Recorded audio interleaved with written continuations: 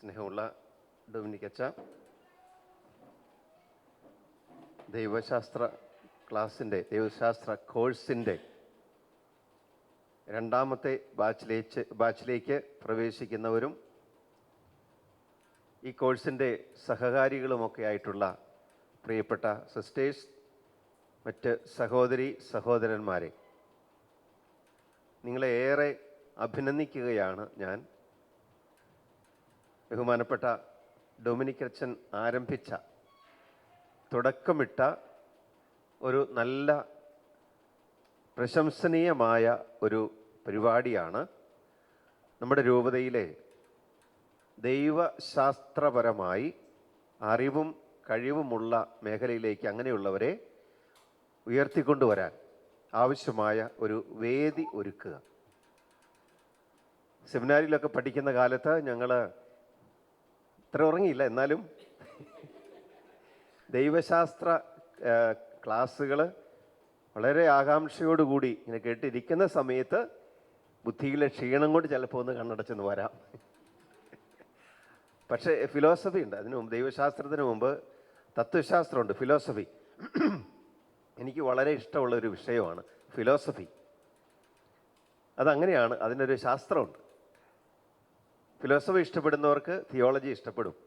Philosophy കടുകട്ടിയാണെങ്കിൽ തിയോളജിയും കുറച്ച് കടുകട്ടിയായിട്ട് അനുഭവപ്പെടും. പക്ഷേ അധികം കട്ടിയില്ലാത്ത തിയോളജിക്കൽ സബ്ജക്ട്സ്, തിയോളജി വിഷയങ്ങളൊക്കെ ഉണ്ട്. ദൈവത്തെ സംബന്ധിക്കുന്ന ശാസ്ത്രം, അതാണ് ദൈവശാസ്ത്രം. പക്ഷെ നമുക്ക് നമ്മുടെ മാനുഷികമായ ശാസ്ത്ര രീതികൾ വെച്ചുകൊണ്ട് ദൈവത്തെ അളക്കാൻ പറ്റുമോ? ദൈവത്തെ മനസ്സിലാക്കാൻ പറ്റുമോ? മനസ്സിലാക്കിയാൽ അത് ഒരു അപൂർണതയാണ്. കുറച്ചൊക്കെ പറ്റുമായിരിക്കും, പക്ഷെ അപൂർണതയാണ്. എങ്കിലും ദൈവത്തെക്കുറിച്ച്, ദൈവിക കാര്യങ്ങളെക്കുറിച്ച് പഠിപ്പിക്കുന്ന ആ പ്രബോധന ശാഖയ്ക്ക് ദൈവശാസ്ത്രം എന്ന് തന്നെയാണ് പേര്. നമ്മളെ വിശ്വസിക്കേണ്ടതുമായ സത്യങ്ങൾ ശാസ്ത്ര സത്യങ്ങൾ പോലെ വ്യക്തമാണ് എന്നാണ് ഇതിൻ്റെ അർത്ഥം, അല്ലേ? നമ്മൾ പഠിപ്പിക്കുകയും വിശ്വസിക്കുകയും ചെയ്യുന്ന സത്യങ്ങളും പ്രബോധനങ്ങളും ശാസ്ത്ര സത്യങ്ങൾ പോലെ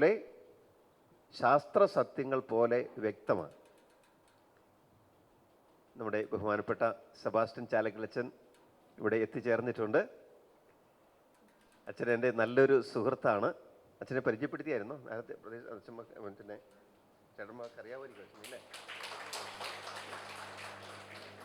ഓക്കെ, അച്ഛനൊന്ന് പരിചയപ്പെടുത്തി. സെബാസ്റ്റ്യൻ ചാലക്കലച്ചൻ വടവാത് സെമിനാരിലെ ക്രിസ്റ്റോളജി പ്രൊഫസറാണ്. തൃശ്ശൂർ രൂപതാംഗമാണ്. വളരെ പ്രശംസനീയമായ വിധത്തിൽ അച്ഛൻ അവിടെ സെമിനാരിയിൽ ക്ലാസ്സുകൾ എടുക്കുന്നു. അതുപോലെ തന്നെ പിതാവ് ഇന്ന് പറഞ്ഞതനുസരിച്ച് ഇന്നലെ പിതാവ് അച്ഛനെ കണ്ടൊരു മീറ്റിങ്ങിൽ, സെമിനാരി ഫോർമേഷനുമായി ബന്ധപ്പെട്ട മീറ്റിങ്ങിൽ അച്ഛൻ ശക്തമായിട്ടും സെമിനാരി പ്രൊഫസർ എന്ന നിലയിലും അതുപോലെ അത് ഫോർമേഷനുമായി ബന്ധപ്പെട്ട ഉന്നത തലങ്ങളിൽ കമ്മീഷനിലൊക്കെ പ്രവർത്തിക്കുന്ന, പിതാവിനോടൊപ്പമൊക്കെ പ്രവർത്തിക്കുന്ന അച്ഛനാണ്. അച്ഛനെ എല്ലാവരുടെയും പേരിൽ ഈ കൂട്ടായ്മയിലേക്ക് സ്നേഹത്തോടെ സ്വാഗതം ചെയ്യുന്നു. ബഹുമാനപ്പെട്ട സെബാസ്റ്റ്യൻ ചാലക്കലച്ചൻ പൂ മേടിച്ച് നമ്മുടെ സ്വാഗതം സ്വീകരിക്കുകയാണ്. അച്ഛൻ എനിക്ക് ഒത്തിരി വർഷങ്ങൾക്ക് മുമ്പ് തന്നെ അറിയാം. ഞങ്ങൾ റോമിൽ ഒരുമിച്ച് ഒരു ഭവനത്തിൽ കുറേ കാലം കഴിഞ്ഞവരാണ്. അച്ഛൻ വളരെ സമർത്ഥനായ ഒരു വിദ്യാർത്ഥിയും നല്ല ശ്രേഷ്ഠനായ ഒരു റെക്ടറച്ഛനുമാണ് ഇപ്പോൾ മൈനസ് സെമിനാരിയിൽ. ഞാൻ ഇന്നലെ എല്ലാവർക്കും, പിതാക്കന്മാരെല്ലാം കൂടി ഇരിക്കുന്ന സദസ്സിൽ എന്നോട് ആൻഡ്രൂസ് പിതാവ് പറഞ്ഞു, പെട്ടെന്ന് 2 വാക്ക് നന്ദി പറയണം. സെമിനാരിയിലാണ് ഈ ഇന്നലത്തെ മീറ്റിംഗ് സംഘടിപ്പിച്ചത്. നമ്മളെ 4 രൂപതകളിലുള്ള ബിഷപ്സും പിന്നെ രൂപത കൂരിയായിലുള്ള ബിഷപ്സ് ഹൗസിലുള്ള വൈദികരൊക്കെ ചേരുന്ന ഒരു മീറ്റിംഗാണ്. ഒരു 25-30ഓളം പേര് വരുന്ന ഒരു മീറ്റിംഗാണ്. വർഷത്തിൽ 2 പ്രാവശ്യം അങ്ങനെ കൂടാറുണ്ട്. പിന്നെ ഭക്ഷണം കഴിച്ചുകൊണ്ടിരുന്ന സമയത്ത് ആൻഡ്രൂസ് പിതാവ് പറഞ്ഞു, പെട്ടെന്ന് ഈ സെമിനാരിയിലുള്ള അച്ഛന്മാർക്ക് 2 വാക്ക് നന്ദി പറയണമെന്ന് പറഞ്ഞു. അപ്പോൾ സെബാസ്റ്റ്യൻ അച്ഛൻ റെക്ടറച്ഛനാണ് അവിടെ ഉണ്ട്. ഞാൻ പറഞ്ഞു, റെക്ടറച്ഛനെയൊക്കെ പ്രദേശത്ത് വിളിക്കുന്നത് ആരാധ്യനായ റെക്ടറച്ഛൻ എന്നാണ്, ആരാധ്യനാണ്. അപ്പോൾ അങ്ങനെയൊക്കെയുള്ള ഒരു പരിതോവസ്ഥ, അങ്ങനെയൊക്കെയുള്ളൊരു ഒരു ഹൃദയ വിശാലത, ചിന്തകൾ പ്രദേശത്തിൻ്റെ ഉള്ളിലേക്ക്, ഹൃദയത്തിൻ്റെ ഉള്ളിലേക്കൊക്കെ കടക്കുന്ന ഒരാളാണ്. ഇതിൻ്റെയൊക്കെ കാരണം അച്ഛന് നല്ല ഒരു ജ്ഞാനമുണ്ട്, ദൈവിക ജ്ഞാനമുണ്ട്, അറിവും പ്രാപ്തിയൊക്കെ അച്ഛനുണ്ട്. അത് നമുക്ക് ഉപകരിക്കുമെന്നുള്ള കാര്യം സത്യമാണ്. പ്രിയപ്പെട്ട സഹോദരങ്ങളെ, നമ്മൾ ഈ 2ാം ദൈവശാസ്ത്ര കോഴ്സിൻ്റെ ഉദ്ഘാടന വേളയിലാണിപ്പോൾ. ഈ ഉദ്ഘാടന വേളയാകട്ടെ ഒരു ഈസ്റ്റർ സീസണാണ്. പ്രീ പെൻഡക്കോസ്റ്റൽ ഗ്യാതറിംഗ് ആണ്, അല്ലേ? പെന്തക്കുസ്തായ്ക്ക് മുമ്പുള്ള ഒരു ഗ്യാതറിംഗ് ആണ്, ഈസ്റ്റർ സീസണാണ്. അപ്പം അങ്ങനെ വരുമ്പോൾ ഈ ദൈവശാസ്ത്ര പണ്ഡിതകളോട് പണ്ഡിതെന്ന് പറയല്ലേ, ഭാവിയിൽ എന്ന് പറയണ്ട, ഇപ്പം തന്നെയാണ്. സുഭാഷ് അച്ഛാ, ഇവരൊക്കെ ഭയങ്കരികളാണ് കേട്ടോ, നമ്മൾ വിചാരിക്കുന്നേക്കാൾ അപ്പുറത്ത്. അപ്പോൾ ദൈവശാസ്ത്ര കോഴ്സിൽ താല്പര്യപൂർവ്വം പങ്കെടുക്കാൻ വന്നിരിക്കുന്ന ആഗ്രഹം തന്നെ പ്രധാനപ്പെട്ടതാണ്. ഈ ചൂടൊക്കെ അടിച്ച്, അല്ലേ, ഈ ചൂടും പിന്നെ ഭയങ്കരമായിട്ടുള്ള പ്രയാസങ്ങളൊക്കെ സഹിച്ച് നിങ്ങളിവിടെ ഇരിക്കുന്നത് ദൈവത്തോടുള്ള നിങ്ങളുടെ ബന്ധം, ആഴം വളരെ വലുതാണ്. അതുകൊണ്ട് സുഭാഷ് അച്ഛൻ്റെ മുമ്പിൽ വെച്ച് തന്നെ ഞാൻ ഇവരെ ഒരിക്കൽ കൂടി പ്രശംസിക്കുകയാണ്. നിങ്ങളെടുക്കുന്ന എഫർട്ടിന്, നിങ്ങളെടുക്കുന്ന ത്യാഗത്തിന് അതിൻ്റേതായ ഫലം ഉണ്ടാകട്ടെ എന്ന് പ്രാർത്ഥിക്കുന്നു. ഞാനിങ്ങനെ സെബാസ്റ്റ്യൻ ചാലക്കലച്ഛൻ്റെ സമയം അപകരിച്ചു പോകുന്നത് ശരിയല്ല, കാരണം വളരെ കൃത്യതയോടുകൂടി നമ്മോട് സംസാരിക്കുന്ന അച്ഛനാണ്. ഈസ്റ്ററിൻ്റെ സമയത്ത് അതിരാവിലെ 2 പേര് കല്ലറയിലേക്ക് പോയി. 2 ചേട്ടത്തിമാരാ, അല്ലേ? 2 ചേട്ടത്തിമാരാ. ആരൊക്കെ അവർ? മഗ്ദലന മറിയവും മറ്റേ മറിയവും. ഇനീഷ്യലാണെന്നാണ്, മറ്റേ മറിയ, ആ മറിയത്തിൻ്റെ ഇനീഷ്യൽ. ഇവർ 2 പേരും കൂടി കല്ലറയിലേക്ക് പോയി, അല്ലേ? ഇവരെന്തിനാ കല്ലറയിലേക്ക് പോയത്? എന്തിനാ പോയത്? അതായത് കുറച്ച് നാളുകൾക്ക് മുമ്പ് എന്നോട് ഫോൺ വിളിച്ച ഒരു പാർട്ടി പറഞ്ഞു, പിതാവ് ഞങ്ങൾ വിദേശത്ത് പിന്നെ ഹോളി ലാൻഡ്സ് പോവുക, ജെറുസലേമിൽ പോവുക. അപ്പോൾ എന്തിനാന്ന് ചോദിച്ചപ്പോൾ ഞങ്ങൾ പിന്നെ ഈശോ മരിച്ച സ്ഥലം കാണണം, ഈശോയെ അടക്കിയ കല്ലറ കാണണം, കാൽവരിമല കാണണം, അങ്ങനെയൊക്കെ വേണ്ടിയിട്ട് ജെറുസലേമിൽ പോവുക. എന്ത് കാണാനാ? കല്ലറ കാണണം, മരിച്ച സ്ഥലം കാണണം, കാൽവരിമല കാണണം, ഇതൊക്കെ കാണണം. ഈ പെണ്ണുങ്ങൾ എന്തിനു കാണാൻ പോയതാ? ഈശോയെ കാണാൻ പോയി. അവർ അന്വേഷിച്ചു പോയത് കല്ലറയല്ല, ഈശോയാ. അവർ ഈശോയാണ് അന്വേഷിച്ചത്. നമ്മളിങ്ങനെ അറിയുന്നത് അവർ ഈശോയാണ് അന്വേഷിച്ചതെന്ന് വ്യക്തമായിട്ട് നമ്മൾ അറിയുന്നത് എങ്ങനെയാണ്? വ്യക്തമായിട്ട് നമ്മൾ അറിയുന്നത് അവിടെ വന്ന ദൈവദൂതന്മാരെ പോലെയുള്ളവരാണ്, അവരുടെ വാക്കുകളാണ്. ദൂതൻ സ്ത്രീകളോട് ചോദിച്ചു, നിങ്ങൾ, അത് മറ്റവരാ, നിങ്ങൾ ആരെയാണ് അന്വേഷിച്ചെന്ന് പറഞ്ഞത്? ഇത് കുരിശിൽ തറയ്ക്കപ്പെട്ട ഈശോയെയാണ് നിങ്ങൾ അന്വേഷിക്കുന്നതെന്ന് എനിക്കറിയാം. അവൻ ഇവിടെ ഇല്ല, അരുളി ചെയ്തതുപോലെ ഉയർത്തെഴുന്നേറ്റു. 1-ാം തരം ദൈവശാസ്ത്ര ക്ലാസ്സാണ് അവിടെ. ആര്? ദൈവദൂതന്മാർ. 1-ാം തരം ദൈവശാസ്ത്ര ക്ലാസ്സാണ്. നിങ്ങൾ ഈശോയെ അന്വേഷിക്കുന്നു. നിങ്ങൾ അന്വേഷിച്ച് വന്നിരിക്കുന്നത് ഈ എംപ്റ്റി ടൂമല്ല, ഈ ശൂന്യമായ കല്ലറയല്ല. ശൂന്യമായ കല്ലറയല്ല നിങ്ങൾ അന്വേഷിച്ചു വന്നിരിക്കുന്നത് ഈശോയെയാ. അതാരാ പറഞ്ഞെന്ന്? ദൈവദൂതൻ. ആരാന്നറിയാവോ ഈ ദൈവദൂതൻ? ഈ ദൈവദൂതൻ ദൈവം ഏർപ്പെടുത്തി കൊടുത്ത ഗൈഡാണ്, ഗൈഡ്. എന്നാൽ പീലാത്തോസും കൂട്ടരും ഏർപ്പെടുത്തിയ കാവൽക്കാർ അവിടെ ഉണ്ടായിരുന്നു. ദൈവം ഏർപ്പെടുത്തിയ ഗൈഡ് ആഴമുള്ള വിശ്വാസ സത്യം പഠിപ്പിക്കുമ്പോൾ ഭൗമിക അധികാരികൾ ഏർപ്പെടുത്തിയിരിക്കുന്ന കാവൽക്കാര് നുണ പ്രചരിപ്പിക്കുക. വ്യത്യാസങ്ങൾ കണ്ടോ? ഞങ്ങൾ രാത്രി കിടന്നുറങ്ങിപ്പോയി, ഞങ്ങൾ ദൈവശാസ്ത്ര ക്ലാസ്സിൽ ഇരുന്ന് ഉറങ്ങിപ്പോയി. അങ്ങനെ ഉറങ്ങിയപ്പോൾ എന്ത് സംഭവിച്ചു? ഈശോയുടെ ശരീരം എടുത്തുകൊണ്ട് പോയി. എന്തെങ്കിലും പ്രശ്നമുണ്ടെങ്കിൽ ഞങ്ങൾ നോക്കിക്കൊള്ളാം എന്നൊക്കെ പറഞ്ഞിട്ടുണ്ടായിരുന്നു. അതാണ് ദൈവം ഏർപ്പെടുത്തിയ കാവൽക്കാരും മനുഷ്യരെ. നമ്മൾ ആരാ? We are guide. നമ്മൾ ഗൈഡുകളാണ്, ഗൈഡ്. ദൈവശാസ്ത്ര കോഴ്സിൽ പങ്കെടുക്കുന്നവര് ഗൈഡുകളാണ്. നിങ്ങൾ സത്യം പറയണം, ആഴത്തിൽ പറയണം, ദൈവത്തെക്കുറിച്ചുള്ള ആഴമേറിയ സത്യം പഠിപ്പിക്കണം. അവൻ ഇവിടെ ഇല്ല, അരുളിച്ചതുപോലെ ഉയർത്തെഴുന്നേറ്റു. നസ്രയനായ അല്ലെങ്കിൽ ക്രൂശിക്കപ്പെട്ട ഈശോയെ കുരിശിൽ തറച്ച് കൊന്ന, അത് അവർക്ക് അത്ര അറിയാവുള്ളൂ. അത് മാത്രം പോരാ, അതിനപ്പുറത്തേക്കുണ്ട്. 1-ാം തരം തിയോളജി ഓഫ് റിസറക്ഷൻ പഠിപ്പിക്കുന്ന ആളാണ് നമ്മുടെ സെബാസ്റ്റ്യൻ ചാലക്കലച്ഛൻ. പുനരുത്ഥാനത്തിൻ്റെ ദൈവശാസ്ത്രം വളരെ മനോഹരമായിട്ട് ക്രിസ്റ്റോളജിയിൽ അല്ലേ ദൈവശാസ്ത്രത്തിൽ പഠിപ്പിക്കുന്ന ആളാണ്. അപ്പോൾ അവൻ ഇവിടെ ഇല്ല, ഇപ്പം ഇവരെ സംബന്ധിച്ച് ഈശോ മരിച്ചെന്നും മരിച്ച ഈശോയുടെ മൃതദേഹം കണ്ടാൽ മതി അവർക്ക്. പക്ഷെ അതിനപ്പുറത്ത് ദൈവശാസ്ത്രമുണ്ട്, അതിനപ്പുറത്ത് വിശ്വാസ സത്യങ്ങളുണ്ട്. മരിച്ച ഈശോയല്ല. എനിക്കൊന്ന് ഒരിക്കലും നമ്മുടെ ഈ ബെനഡിക്റ്റ് 16 മാർപ്പാപ്പയുടെ ജീസസ് ഓഫ് നാസറത്ത് എന്ന് പറയുന്ന പുസ്തകത്തിൽ മാർപ്പാപ്പ എഴുതിയിരിക്കുക, നമ്മൾ അന്വേഷിക്കുന്നത് not who was Jesus, Isho ആരായിരുന്നു എന്നല്ല നമ്മൾ അന്വേഷിക്കുന്നത്. നമ്മൾ അന്വേഷിക്കുന്നത് ഹൂ ഈസ് ജീസസ്, ഈശോ ആരായിരുന്നു എന്നല്ല. മരിച്ച് അടക്കപ്പെട്ട പീഡകൾ സഹിച്ച ഈശോ ശരി തന്നെ, അതാരായിരുന്നു? അല്ലെങ്കിൽ ബെത്ലഹേമിൽ ജനിച്ചു, യോസേപ്പിൻ്റെ മാതാവിന് ശരി തന്നെ, ആരായിരുന്നു? പക്ഷെ ഇപ്പോൾ ഈശോ ആരാണ്? ഉത്ഥാനം ചെയ്ത ഈശോയാണ്. അവൻ ഇവിടെ ഇല്ല, അരുളിച്ചതുപോലെ ഉയർത്ത് എഴുന്നേറ്റു. ഇവർ ചെന്നപ്പോൾ ഭയങ്കരമായ ഭൂകമ്പം ഉണ്ടായി അല്ലേ? മഗ്ദലന മറിയം മറ്റവരും കൂടി അവിടെ ചെന്നപ്പോൾ ഭയങ്കരമായ ഭൂകമ്പം ഉണ്ടായി. എന്താ കാരണം എന്നറിയോ? 2 സ്ത്രീകൾ ചെല്ലുന്നിടത്ത് ഭൂകമ്പം ഉണ്ടാകാണ്ടിരിക്കല.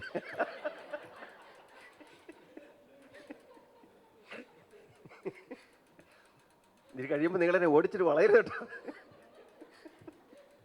2 സ്ത്രീകൾ അവിടെ കൂടിയാലും ഭൂകമ്പം ഉറപ്പാണ്. 2 ചേട്ടന്മാരെ കൂടെ മാറിയിരിക്കുക, ഒരു കല്ലേറ് ദൂരം മാറിയിരിക്കട്ടെ.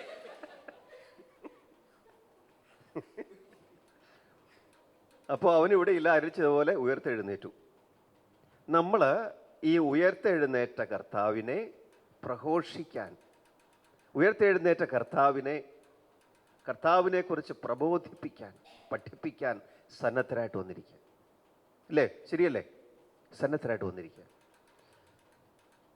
ഈശോ സ്വർഗത്തിലേക്ക് എഴുന്നള്ളി പോകുന്നതിന് മുൻപ് ശിഷ്യന്മാർക്ക് കൊടുത്ത ഒരു കമാൻഡുണ്ട്, ഗ്രേറ്റ് മിഷണറി കമാൻഡ് എന്നാണ്. ഗ്രേറ്റ് മിഷണറി കമാൻഡ് എന്താണെന്ന് അറിയാം നമുക്ക്?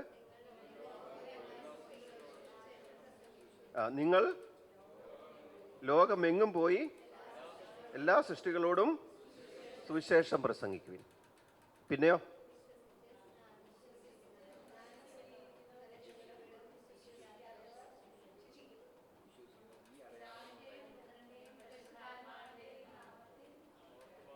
അവർക്ക് മാമോദീസ നൽകുവിൻ.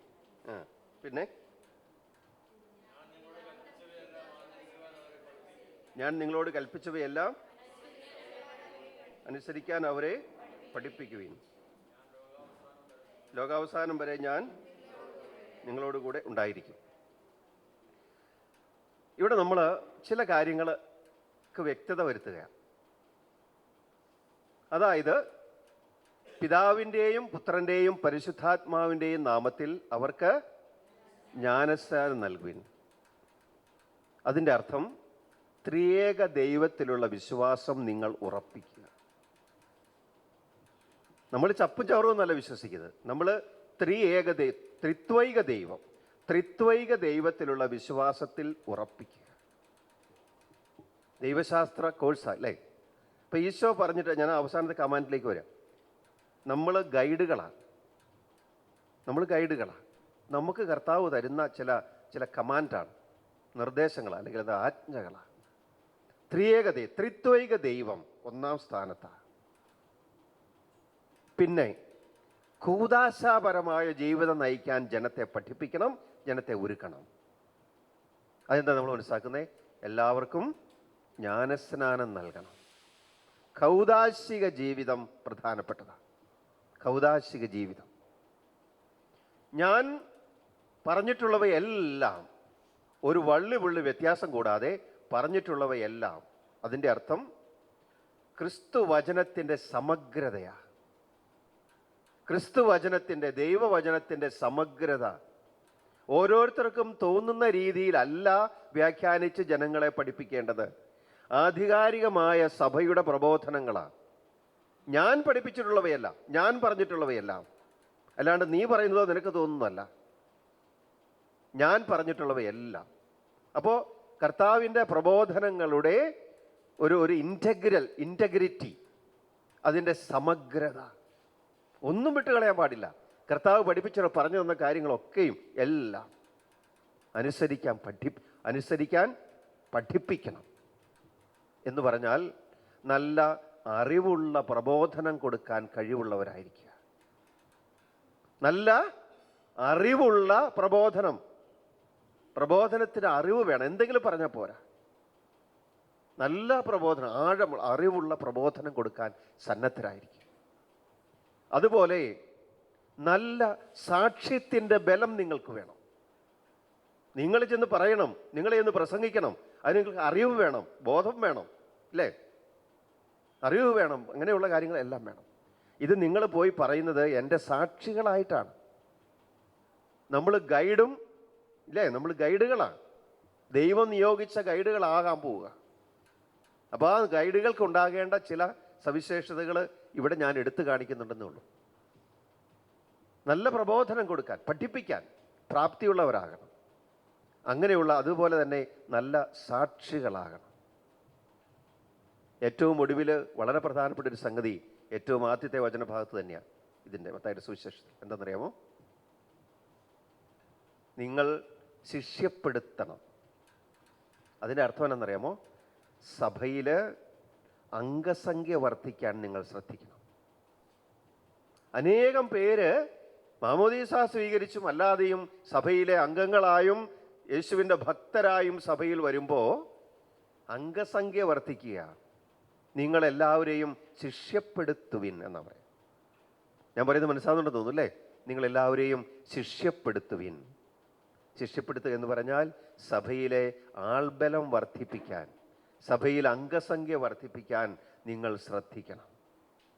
സഹോദരങ്ങളെ, ഈശോ ശിഷ്യന്മാർക്ക് കൊടുത്ത ഈ കമാൻഡ്, ഉത്ഥിതനായ കർത്താവ് കൊടുത്ത ഈ കമാൻഡ് ഇന്ന് നമുക്ക് തന്നുവിടുകയാണ്. നമ്മളുടെ ദൈവശാസ്ത്ര അറിവ്, ദൈവത്തെക്കുറിച്ചുള്ള, സഭയെക്കുറിച്ചുള്ള, വിശുദ്ധ വചനങ്ങളെക്കുറിച്ചുള്ള എല്ലാ അറിവുകളും അതിൻ്റെ വ്യാപ്തി വർദ്ധിപ്പിക്കുക. ബഹുമാനപ്പെട്ട സെബിയച്ചനെ പോലെ, സെബിയച്ചനെന്ന് ഞങ്ങൾ വിളിക്കുന്നത് ചാലക്കൽ, സെബാസ്റ്റ്യൻ എന്നൊക്കെയാണ് മുഴുവൻ പേരെങ്കിലും സെബിയച്ചൻ എന്നൊക്കെയാണ്. ഇവിടെ ഇരിക്കുന്ന ചെറിയ സിസ്റ്റർ മുതൽ വലിയ സിസ്റ്റേഴ്സ് വരെയുള്ളവർ, ചെറിയവരും വലിയവരും നമ്മുടെ ദൈവശാസ്ത്ര അറിവിൻ്റെ മേഖല വർദ്ധിപ്പിച്ച് പോവുകയാണ്. നമ്മളെ കർത്താവ് ഉത്തരവാദിത്തം ഏൽപ്പിക്കുക. ഈ കോഴ്സിൽ കൂടാൻ ക്ഷണം കിട്ടിയവർ ഉത്തരവാദിത്തം ഏൽപ്പിക്കാനായിട്ട് സന്നദ്ധരാ, അല്ലെങ്കിൽ ഏൽക്കാൻ സന്നദ്ധരായിട്ട് വരിക.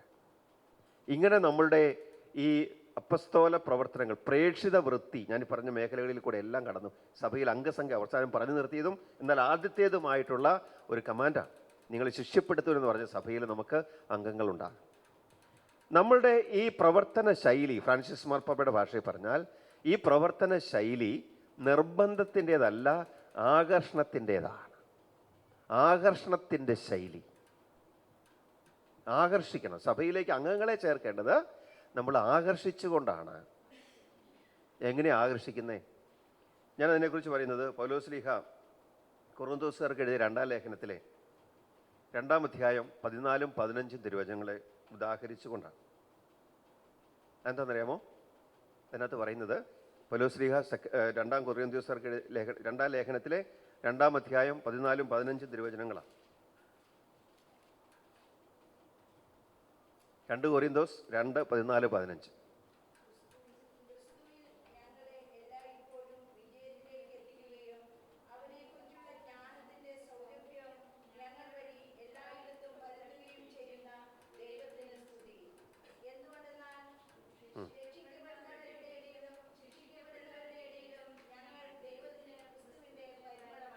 മതി.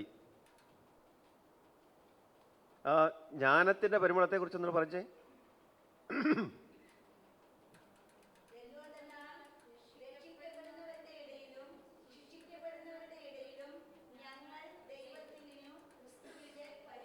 അതിനു മുമ്പ്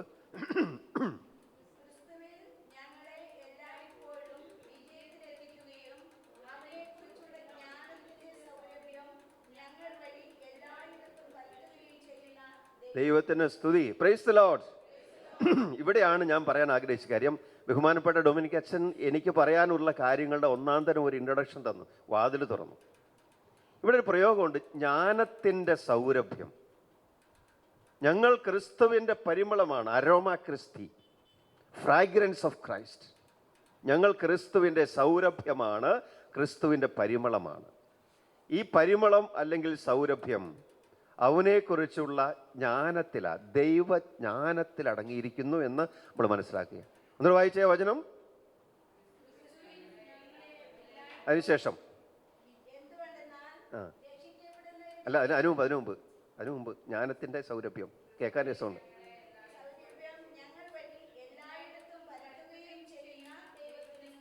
ജ്ഞാനത്തിന് സൗരഭ്യം ഇല്ലേ? അപ്പം മറ്റുള്ളവരെ സഭയിലേക്കോ ദൈവത്തിങ്കിലേക്കോ ആകർഷിക്കണമെങ്കിൽ അതിനുള്ള ഒരു മീഡിയമാണ്, ഒരു മാധ്യമമാണ് ജ്ഞാനത്തിൻ്റെ സൗരഭ്യം. പൊട്ടമണ അല്ല. പൊട്ടമണമാണോ? അല്ല. കഞ്ചിക്കോട് റാണി ചേച്ചിയുടെ വീട്ടിൽ പല പ്രാവശ്യം പോയപ്പോഴും ചില സൗരഭ്യങ്ങൾ അനുഭവപ്പെട്ടു. രൂപത ആ ഭവനത്തെ പ്രാർത്ഥനാലയമായി ഏറ്റെടുത്ത അന്നത്തെ ദിവസം പ്രാർത്ഥനയെല്ലാം കഴിഞ്ഞ് മുറിയിൽ നിൽക്കുമ്പോൾ 2-3 പേരേ ഉള്ളൂ, 2-3 പേര് കൂടി ഞാനും കൂടെ അവിടെ നിൽക്കുമ്പോൾ എന്തെന്നില്ലാത്ത ഒരു പരിമളം.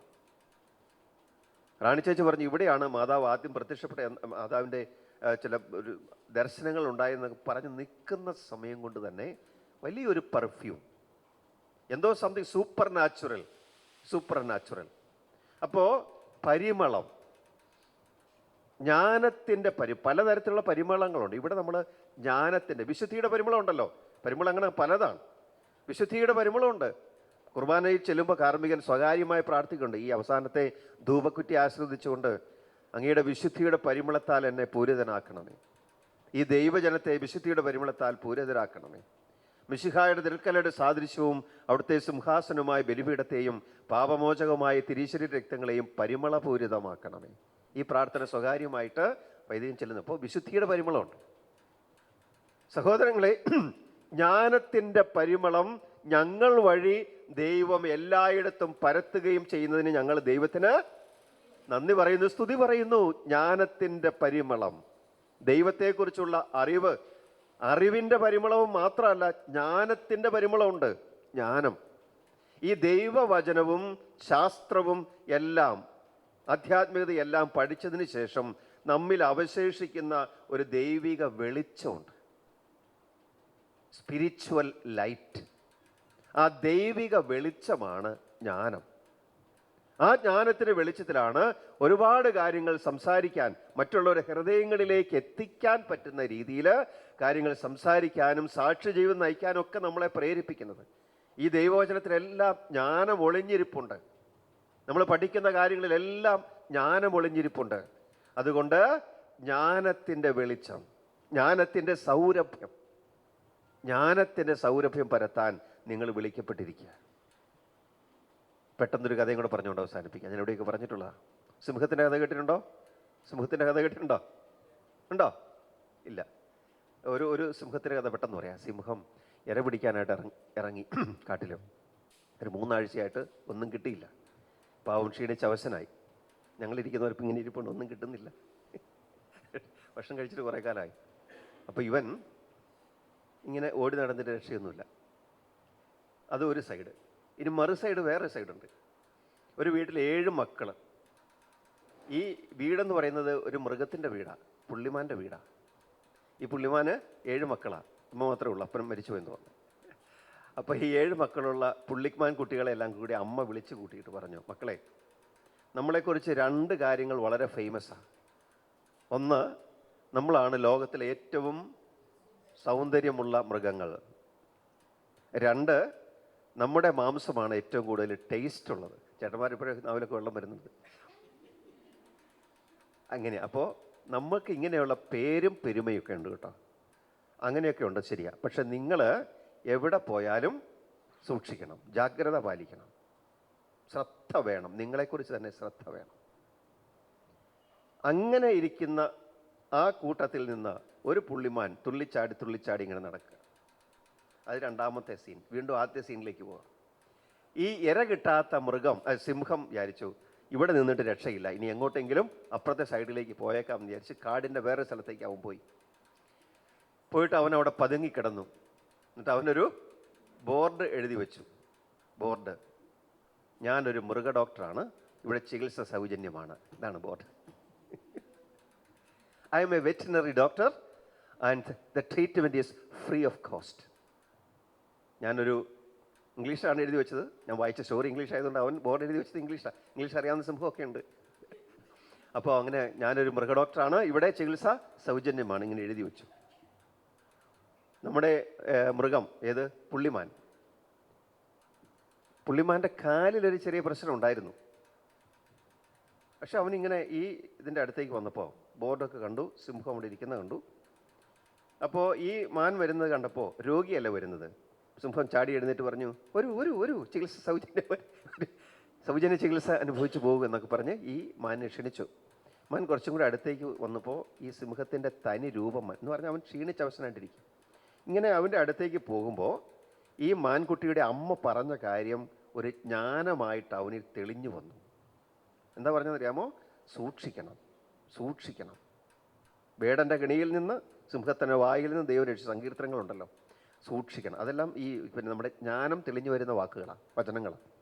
സൂക്ഷിക്കണം മക്കളെ എന്ന് അമ്മ പറഞ്ഞ ജ്ഞാനത്തിൻ്റെ, വിവേകത്തിൻ്റെ വാക്ക് കേട്ടപ്പോൾ ഇവൻ സിംഹത്തോട് പറഞ്ഞു, നിൻ്റെ വേല നിൻ്റെ കയ്യിലിരിക്കട്ടെ.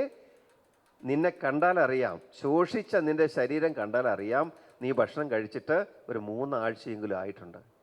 അതുകൊണ്ട് എന്നെ അതിന് കിട്ടില്ല എന്ന് പറഞ്ഞ് നമ്മുടെ പുള്ളിമാൻ വിട്ടടിച്ചു പോയി. കുറച്ച് കഴിഞ്ഞപ്പോൾ നമ്മുടെ ഒരു മുയൽ ചേട്ടൻ, പുള്ളിക്കൊരു സ്വസ്ഥതയില്ലാത്ത മനുഷ്യനല്ല, സ്വസ്ഥതയില്ലാത്ത മൃഗമാണ്, ഒരു ജീവിയാണ് മുയൽ. അങ്ങോട്ട് ചാടി ഇങ്ങോട്ട് ചാടി, സർവത്ര ചാട്ടമാണ്. ചാടി പിന്നെ വലിയ ചെവിയൊക്കെ ഉണ്ട്, എല്ലായിടത്തും ചെവി കൊടുക്കുന്നയാളാണ് അല്ലേ? എല്ലായിടത്തും ഏത് കാര്യത്തിനും ചെവി കൊടുക്കുന്നയാൾ, എല്ലാം ശ്രദ്ധിച്ച് എന്നാൽ ഒന്നിലും കോൺസെൻട്രേഷൻ ഇല്ലാതെ ഇങ്ങനെ ചാടി മറിഞ്ഞ് നടക്കുന്ന ഈ മുയൽ നോക്കിയപ്പം, ഞാനൊരു മൃഗ ഡോക്ടറാണ്, ഇവിടെ ചികിത്സ സൗജന്യമാണ്, കോളടിച്ചല്ലോ പണം മുടക്കാതെ. ഇവനൊരാഗ്രഹമുണ്ട്, എപ്പോഴെങ്കിലും ഒരു സുഖചികിത്സ വേണം. അതാണ് ഇവൻ്റെ ആഗ്രഹം. ആരുടെ? മുയലിൻ്റെ. ഒരു സുഖചികിത്സ, പണം മുടക്കാതെ സുഖചികിത്സ. അങ്ങനെയൊക്കെ ചിന്തിച്ച് ഇവൻ നേരെ ഈ സിംഹത്തിൻ്റെ അടുത്തേക്ക് ചെന്നു. സിംഹം സന്തോഷപൂർവ്വം അവനെ കൂട്ടിക്കൊണ്ടുപോയി. പറഞ്ഞു, ട്രീറ്റ്മെൻറ്റ് പുറത്ത് വെച്ചല്ല, ഇതിൻ്റെ ചികിത്സയൊക്കെ അകത്ത് വെച്ചാണ്. അങ്ങനെ സിംഹം തോളിൽ കൈയിട്ട് ഈ രോഗിനെ അകത്തേക്ക് കൂട്ടിക്കൊണ്ടുപോയി. അതിനുശേഷം ഇന്ന് വരെ ആരും ആ മുയലിനെ കണ്ടിട്ടില്ല. ഞാൻ കണ്ടിട്ടില്ല, നിങ്ങൾ കാണണം, എന്നോട് പറഞ്ഞേക്കണം കേട്ടോ, എവിടെയാണ് കണ്ടുകിട്ടിയെന്നുള്ളത്. ജ്ഞാനം മനസ്സിലായല്ലോ നിങ്ങൾക്ക്? ജ്ഞാനം മനസ്സിലായല്ലോ? കേൾക്കുമ്പോൾ, ദൈവവചനം വായിക്കുമ്പോൾ, ഈ ക്ലാസ്സുകളിൽ പങ്കെടുക്കുമ്പോൾ നമ്മളിൽ അവശേഷിക്കുന്ന ഒരു ദൈവിക വെളിച്ചം. അതാണ് ഈ സാക്ഷ്യപ്പെടുത്താൻ ഉള്ള ഒരു അട്രാക്ഷൻ, മറ്റുള്ളവർക്ക് ഒരു ആകർഷണം. ഇവൻ പറയുന്നതിൽ കാര്യമുണ്ടല്ലോ, ഇവള് പറയുന്നതിൽ കാര്യമുണ്ടല്ലോ. അങ്ങനെ കാര്യമുണ്ടല്ലോ എന്ന് ചിന്തിക്കാൻ മറ്റുള്ളവരെ പ്രേരിപ്പിക്കുന്ന, നമ്മളിൽ നിന്നും പ്രവഹിക്കുന്ന ഒരു സൗരഭ്യം, അറിവിൻ്റെ, ജ്ഞാനത്തിൻ്റെ സൗരഭ്യമുണ്ട്. അത് മറ്റുള്ളവരിലേക്ക് എത്തിക്കാൻ കർത്താവ് നിയോഗിക്കുന്ന ഗൈഡുകളായിട്ട് വർത്തിക്കാൻ നിങ്ങൾക്ക് ഓരോരുത്തർക്കും സാധിക്കട്ടെ എന്ന് പ്രത്യേകം പ്രാർത്ഥിക്കുന്നു. നിങ്ങളെ അതിന് പ്രാപ്തരാക്കുന്ന നല്ല അധ്യാപകർ, നമ്മുടെ വൈദികരെ പരിശീലിപ്പിക്കുന്ന അധ്യാപകർ തന്നെ നിങ്ങൾക്ക് ക്ലാസ് എടുക്കാൻ വരുന്നു എന്നതിലേറെ സന്തോഷമുണ്ട്. അങ്ങനെ അവരുടെ സഹകരണവും അവരുടെ അറിവും അവരുടെ കഴിവും എല്ലാം നമുക്കും പ്രയോജനപ്പെടട്ടെ എന്ന് ആശംസിക്കുന്നു. എന്നെ ഈ ഒരു കാര്യത്തിലേക്ക് ക്ഷണിച്ച ബഹുമാനപ്പെട്ട ഡൊമിനിക് അച്ഛന് നന്ദി പറയുന്നു. അങ്ങനെ നിങ്ങൾക്കെല്ലാവർക്കും എല്ലാവിധ ആശംസകളും നേരുന്നു. പുതിയ ബാച്ചിന്, പുതിയ പ്രവർത്തന വർഷത്തേക്കുള്ള എല്ലാവിധ ആശംസകളും നേർന്നുകൊണ്ട് എൻ്റെ വാക്കുകൾ അവസാനിപ്പിക്കുന്നു. 2ാമത്തെ ബാച്ച് ഉദ്ഘാടനം ചെയ്യുന്നതായിട്ട് നിങ്ങളെല്ലാവരെയും സ്നേഹപൂർവ്വം അറിയിക്കുന്നു.